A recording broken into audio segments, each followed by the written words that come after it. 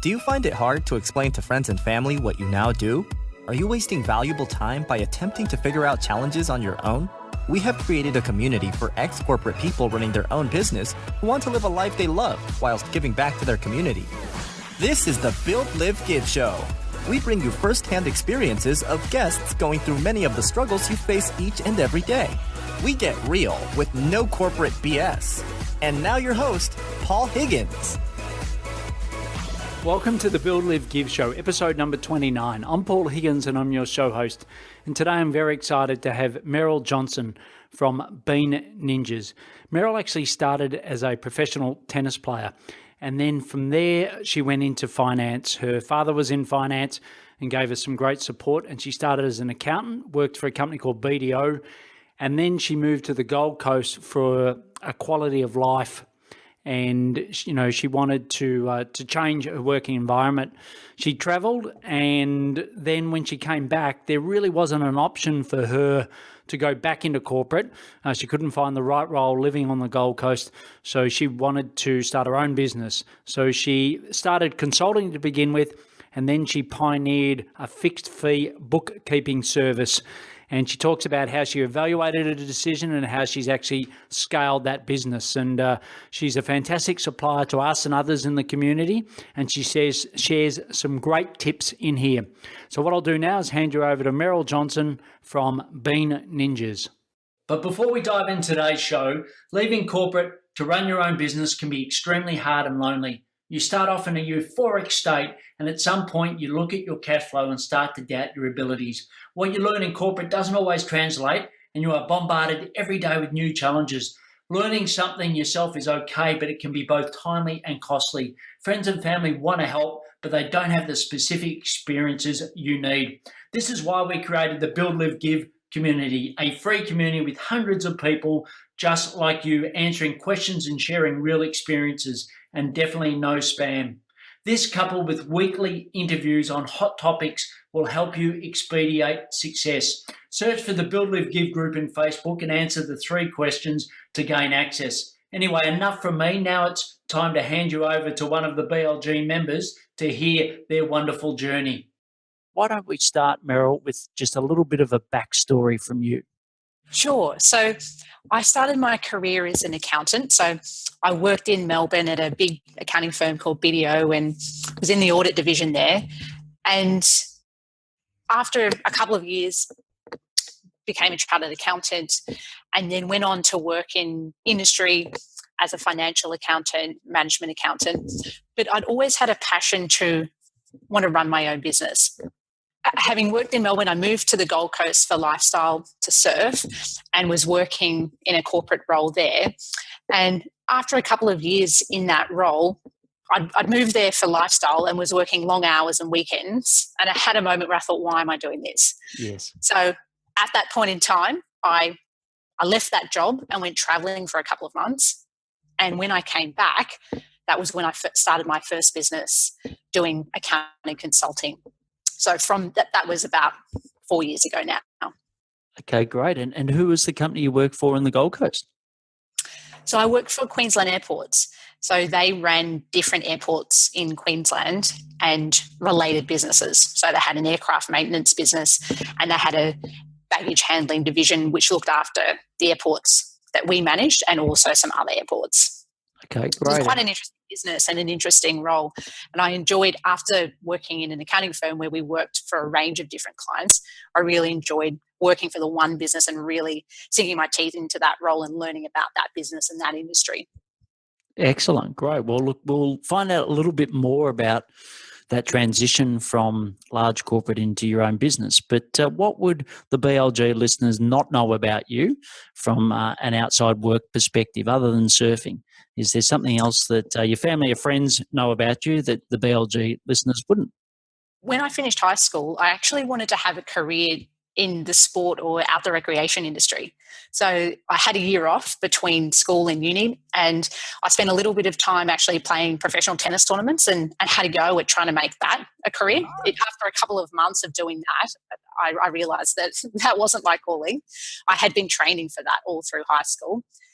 So after a couple of months of that, realised, okay, that's not going to be where I can build a career in sport and fitness. So I then went and became a personal trainer and spent the rest of the year working as a personal trainer and tennis coach, and realised that really my passion was business. So I love sport and being involved in things like surfing and tennis, but actually I wanted to build a career in business, and that's when I went on to study the accounting degree and kept sport on the sideline as a hobby.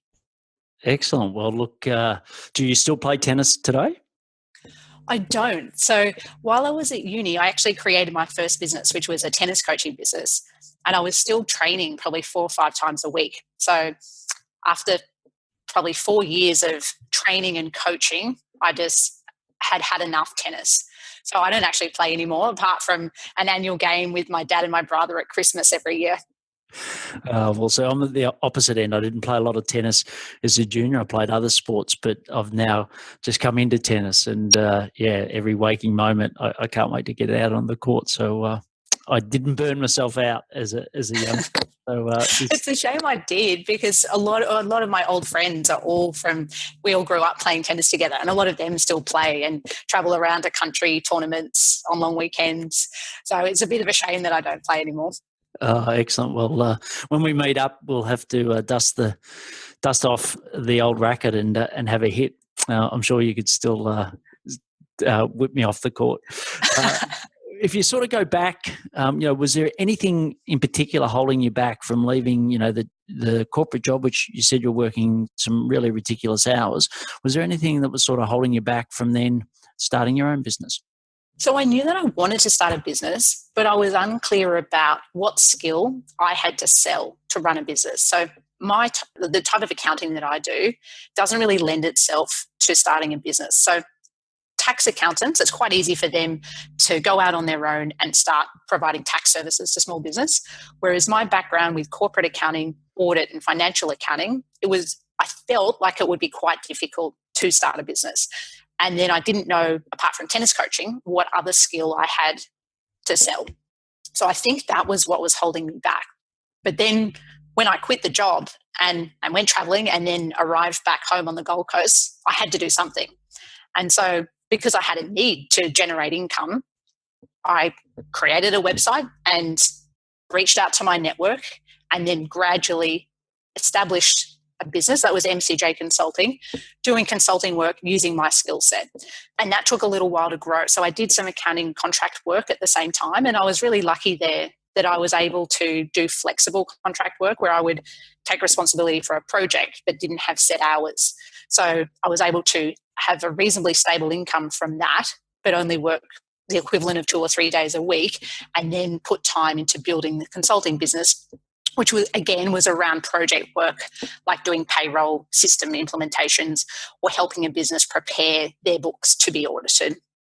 Okay, great. And if you remember back then, what were some of the key fears that were going through your mind at the time on starting this consulting business? Well, I think, to tell you the truth, I wasn't that worried about it. I just had to do it. So I think if I had gone from my full-time role and thought, should I leave this job to start a consulting business, then I would have been worried about cash flow and is it going to be successful, because I'm leaving this great role to start a business and I don't know how it's going to go. Whereas I decided that I was not happy and I wanted to travel and I wanted to do something else. And then when I came back, I had nothing. So I needed to look for work anyway. So it made natural sense to try and get some consulting work and build that business. So I think I was lucky in that respect, that because I'd already taken the leap of faith and resigned from that role, I needed to do something. Whereas when you have a role that is actually fairly interesting, you're getting well paid, you like the people you work with, but it just doesn't feel right and the direction that you want your career and your life to go in, it can be harder to take that leap of faith, I think. Sure. And help. What sort of help have you gained building the consulting business? And then I know you moved more into a service-based business. What sort of help have you gained through that period? So I've received help the whole way through. So my parents actually ran an engineering business. So I had a lot of help from my dad around general business advice, how he had structured contracts, different lessons that he had learned. So it really helped having a sounding board there of someone that I could discuss things with and knowing that he had my best interests at heart. So was excellent having him there, and that definitely helped in creating the consulting business. Probably the next stage for me was when I decided consulting relied on my expertise, and I wanted to build a business that had a system and a team and didn't rely only on me to generate income. And so that next phase, Dan Norris was really influential. He was running WP Curve at the time, and we worked out of the same co-working space. And he said to me, why doesn't someone do the WP Curve of accounting? So fixed fee, or for bookkeeping. So fixed fee bookkeeping with a system and a defined product at a defined price point. And so having the opportunity to run ideas by him while we were working out of that co-working space was really influential in me transitioning from consulting, which was me being paid for my time delivering projects, to building a business that was centered around a system and fixed price products, and was a lot more niche in the type of services we were providing and the clients that we were working with. Excellent. Great. And a quick shout out to Dan. I know that we're both members of Dan's mastermind, and provides some great value to other BLG listeners as well. Excellent. So the next section is more moving on to today. So it's the build section. So can you tell me a little bit about what you do? So if you meet a new client for the first time or go into a networking event and someone says, Meryl, what do you do? How do you answer that? So it probably depends on who I'm speaking to. So the short answer is that B Ninjas provides fixed fee bookkeeping for online businesses like e-commerce, software as a service businesses, bloggers, consultants and coaches. So that's how I would describe it. But if I was talking to an entrepreneur who also, so B Ninjas I describe as a productise service business. So rather than scoping projects and providing a custom solution, we have fixed fee prices and deliver something specific in the field of bookkeeping. But there's a lot of other productized service businesses out there for things like content marketing, or Dan was one of the originals with WP Curve. So if I was talking to an entrepreneur that was interested in that, then I'd say that we're a productized service bookkeeping business, and then that would usually spark a discussion about productized services. If I was talking to an accountant, then I'd say we do fixed fee zero bookkeeping. So it probably depends a little bit on who I'm talking to. The message would be slightly different depending on what I think would be interesting to them and how to spark a conversation with them. Sure. And how do you make revenue at B Ninjas? So we have two streams. So the first is monthly recurring revenue. So clients will come to us and they will select one of our fixed fee packages, and then we'll provide monthly bookkeeping services, so reconciling their transactions, maybe doing payroll, delivering month-end reports, and then lodging their BAS. So that's our core revenue. And then to the side of that, we do zero setups and training, and sometimes we'll have clients come to us who are a couple of years behind. So we might have catch-up work where we're doing 2 years or sometimes 5 years worth of bookkeeping all in one go. Surely people don't let their bookkeeping slide. I think it's one of those things. The stage one is building sales in a business, because if you haven't got customers, then you don't have a business. So bookkeeping is always one of those things that gets pushed to the bottom of the list. Yeah, look, it's so often that we'll have new club members coming in and what's your bookkeeping look like? Can you show me your current P&L? And I normally refer them on to you to sort that out. It's not often pretty. But look, I think the importance, the overall view here is certainly for those BLG listeners that are left corporate. You've got a lot of corporate experience, a lot which is finance based, because you have to be these days to be in corporate. Just don't lose that. And some of those really good rhythms that you do in corporate, don't lose those as you start to run your own business, and get help from people like Meryl, who can help you and make that easy, so you can still get your management reports and everything out of your zero.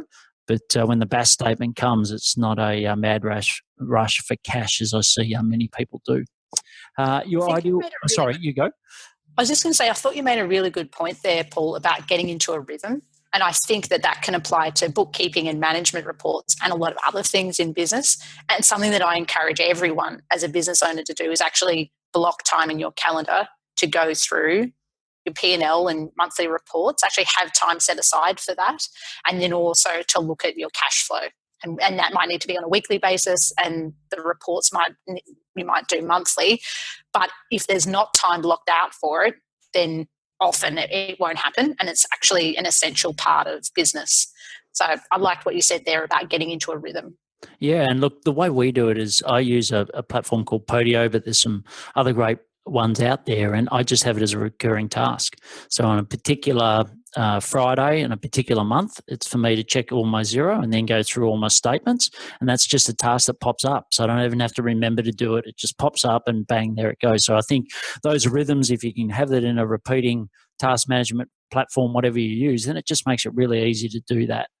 And, it's so often like I'll just walk into a client and just debtors, when you last check your debtors, how much you got outstanding. It's a really simple thing to do, but people just get so caught up in the sales and marketing, they forget about those things. And I think it's really important. And I know before you mentioned, some of the clients, e-commerce, professional services, etc., but who's sort of your ideal client? So it's similar to what we mentioned. So those industry niche, and usually for someone to want to outsource bookkeeping, usually they might be in their first year of business, but turnover would usually be 100,000 or more.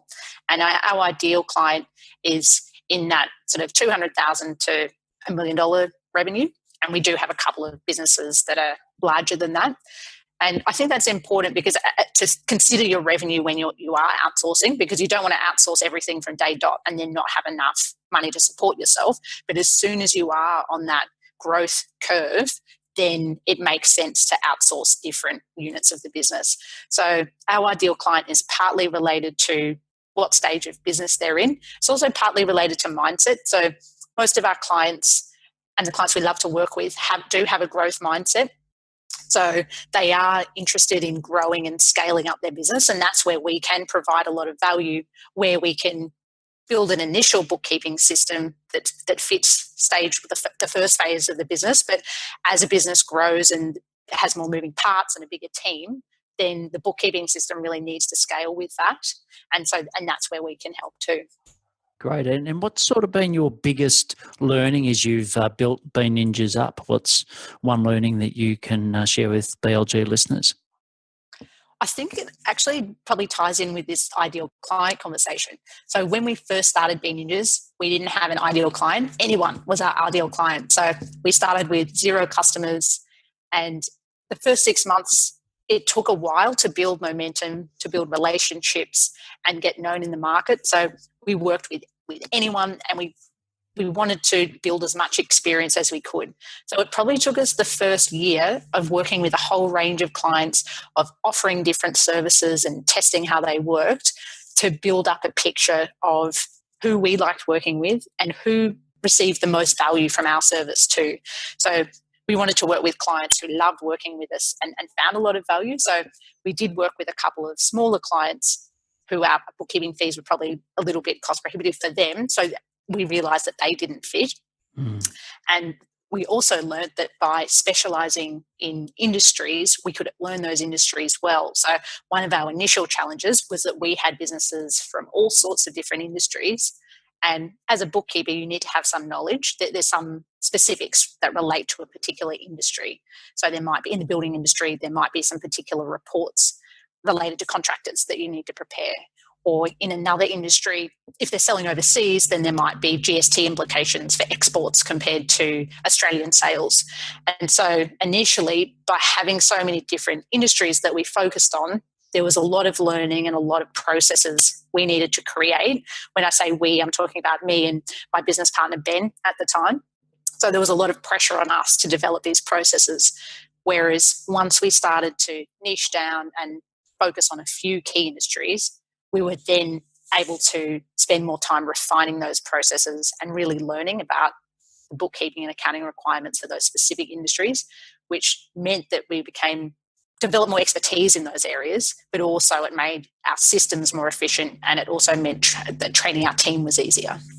Yeah, look, I think that's such a valuable lesson, especially for people that are just starting, leaving large corporate where often, it was a myriad of customers into your own small business. That ideal client and really niching down, as you've described, I think is a critical element in getting success fast. So the quicker you get that, and I know it's hard because, you want cash in the door to begin with, but the quicker you can get to that, the easier it is to run then your sales, your marketing, all the other elements.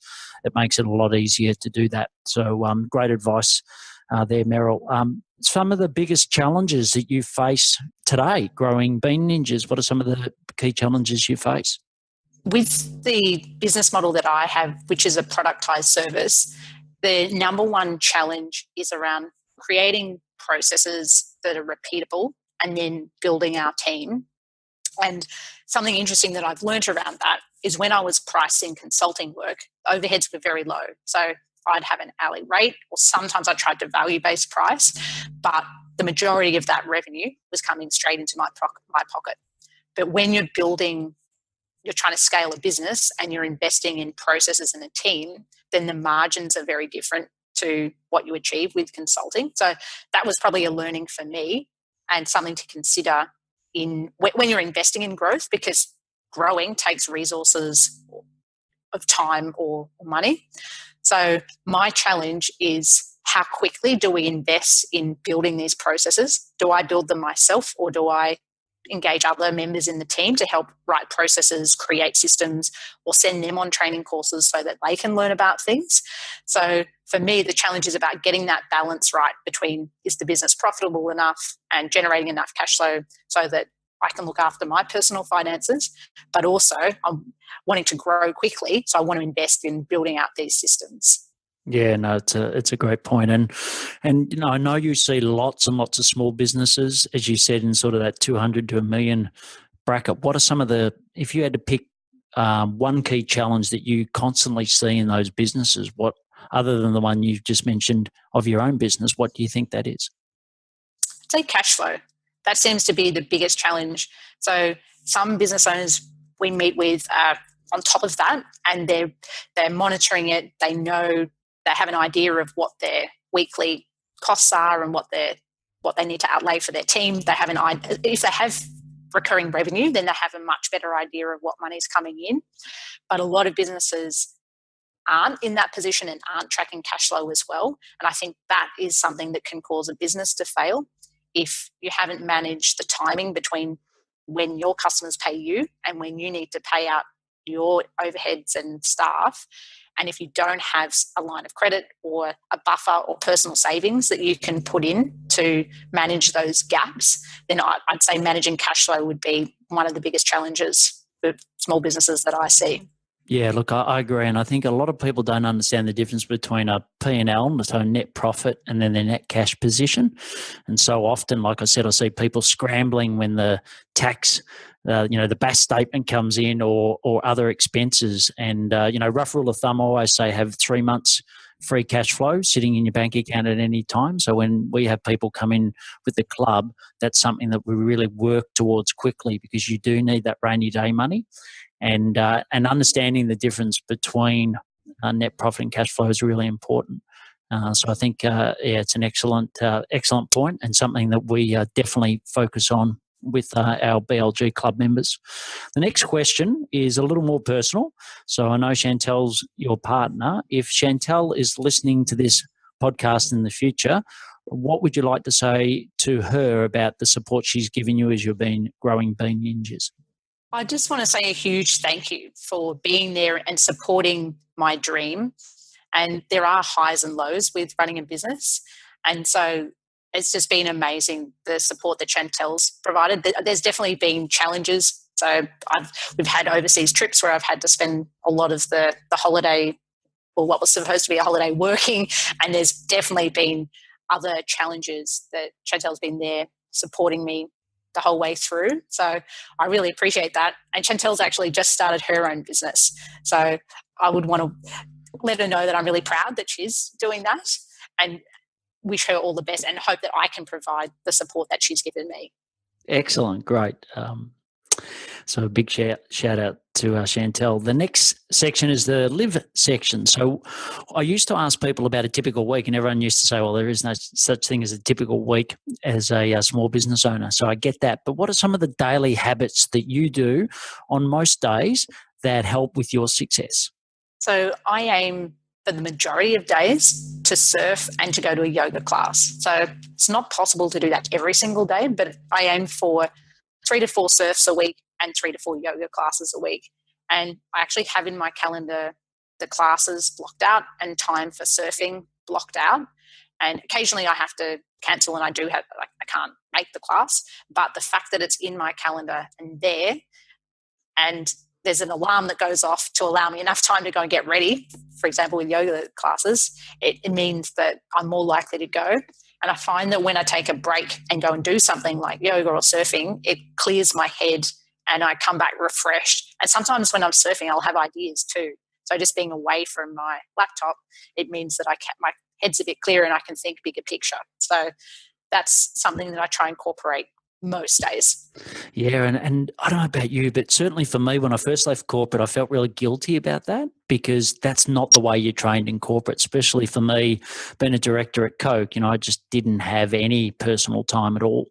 So it was very hard to etch that out. So I think for those listeners that are left corporate running your own business, do that first. Like block in the stuff that is really important that you can't do in corporate, and that's the reason why you've left and created your own business. Do what Meryl said, is block that in first, and then all the other stuff sort of happens thereafter. And it's hard when you're driving for cash to sort of keep that, but I think that's the whole reason why you run your own business. And if not, you might as well go back and work for corporate. So I think it's brilliant advice around blocking that into your calendar. And also, if you can have someone accountable to meeting that, that's a great thing. And I envy you being so in such a great part of the world, the Gold Coast, being able to surf. It must be fantastic. Yeah, I love it. I feel very lucky. I live about 300 meters from the beach, and one of my favorite point breaks is 10 minutes away. So sometimes I plan my schedule around what the surf forecast is doing. So if I know that low tide is at 11, I might plan for a lunchtime surf. Excellent. Yeah, no, that sounds delightful. The next section is the give section. So is there a cause or a community that you're passionate about that you'd love to talk to BLG listeners about? So I'm part of a community organisation called Out for Australia, and it supports gay and lesbian students and young professionals about being open with who they are in the workplace. And it also encourages and provides training for workplaces around how to support diversity and encourage people to be who they are and true to themselves. So I'm a mentor in that organisation, and I believe that it's something that is really important, for the community. Excellent. And with your experience, is there more support, like great work that Out of Australia is doing and others? Is that easier these days than what it may have been in the past? Oh, absolutely. So 10, 15 years ago, when I was working in the accounting world, it wasn't common for people to be out in the workplace. So I worked at a big accounting firm, 300 people in our office, probably a couple of thousand staff in Australia, and I didn't know of anyone in the organisation that was out. And I think it is important because when you can be open and honest about who you are, or if you aren't being open and honest and feel like you have to be guarded with your communication, I think that impacts the way that you interact with everyone. So I think that there's a trend, so Out for Australia, but there's a trend happening as well over the last 10 to 15 years that I've seen, which is encouraging diversity in the workplace. And I think that it's moving in the right direction. Yeah, no, I've definitely seen that from the company that I used to work with as well. So that's great. So the last section is the action section, and here's sort of some quick fire responses that you can give to help BLG listeners take action. So the first is around personal productivity. So what's a key personal productivity tip you'd like to give the BLG audience? So this is actually something that I use when I'm interacting with the team, and they will often hear me say, "Can we do this now?" So if we're on a call, so I have regular calls with all of the team members, and they'll set an agenda, and then they'll have a question for me, and it might take 5 minutes, and I'll say, "Can we do it now?" and ask them to do it straight away. I'll do something else on the call so I can review it and then it's done, rather than picking something up.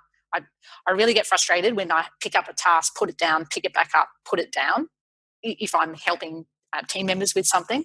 So I apply that with the way I'm interacting with the team, but also when I'm working on something. If it's only a short job, I prefer, if I see an email come in, respond straight away, get it done, move it along, rather than continually thinking about or picking up and putting down a task. Yeah, no, so great advice. The short version of that is, can it be done now? Yeah, no, great, brilliant advice. Apps. So if you look at your home screen or on your desktop, what are a couple of key apps that you recommend for productivity?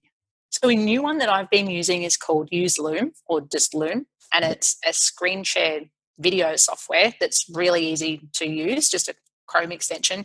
And I'm finding that as a great way of communicating with the team. So I'll do a screen share. Usually it's something related to workflow or Xero, and I'll do a quick video just showing exactly what I mean and what might need to be changed or move where, or I'll just demonstrate me doing it once. And I find that is so easy and often a lot faster than if I'd written a message and taken screenshots, or a series of static screenshots.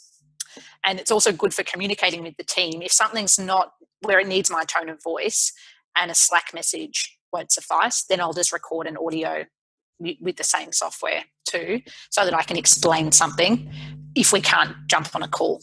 Yeah, no, love Loom. A huge user of it. Favorite podcast? What's your favorite podcast to listen to? I'd say Tropical MBA. So that's a podcast about location independent entrepreneurs, and they get a whole range of people on. So they'll have super successful entrepreneurs who have scaled huge businesses, and then business owners that would be at my size of business, people who've written interesting books. But the underlying theme is about people who value their lifestyle as well as their business.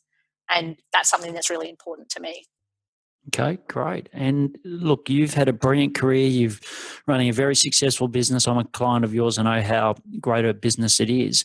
And you see lots and lots of small businesses. What's a piece of advice you'd love to give the BLG listeners based on all of that experience? I'd say be patient with yourself and be in it for the long term, because I think it's really easy for small business owners to burn themselves out in a year or two by just really working hard and long hours and maybe stopping enjoying it. So I'd say think longer term, be patient and gentle with yourself, and give yourself the time to grow a business, because it might take longer than a couple of years. So think longer term. Yeah, I think that's great. And normally I say to people, double the time and halve the income you think you're going to earn, and you'll probably Yes. get that right. Excellent. So where can people find more about you? So either on the Bean Ninjas website, which is Bean, BEAN, ninjas.com, or the Bean Ninjas Facebook page, which is the same spelling, or if it's for me personally, then my LinkedIn profile, which is Meryl Johnston. Excellent. Brilliant. And links to that and other comments or links that you've mentioned in the podcast will certainly be in the show notes. So look, Meryl, I just want to really thank you on a couple of fronts. One, for sharing so much knowledge and wisdom today and sharing your story. I think it's an inspiration to many. The second is providing great value to our business, and a lot of our BLG community use your services, and I know they'll continue to do so. So really thank you for that. And also, thank you for the work you're doing with Out for Australia and really helping with the diversity in our community. I think that's a great cause, and think you do some excellent work there. So we wish you all the success. We love having you in the BLG community and wish you every success in the future. Thanks a lot, Paul. It's been a pleasure. Thank you for listening to the Build, Live, Give show. If you found this show helpful, please share it with others so we can build businesses, live great lives, and give back to the community. If you would like to join the BLG community, go to our website, www.buildlivegive.com. Until next time, thanks for listening.